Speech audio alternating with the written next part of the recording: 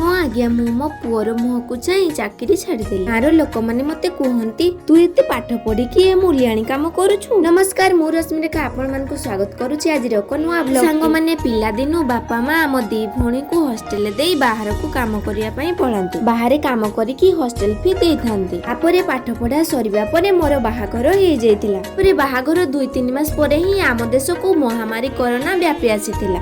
एई समय रे मु हेल्थ वर्कर फीमेल भाबरे चाकरी रे जॉइन करथिली। आ मात्र स्वल्प दिन पई थिला तापरे सरकार हमकु छटई कर देथिले।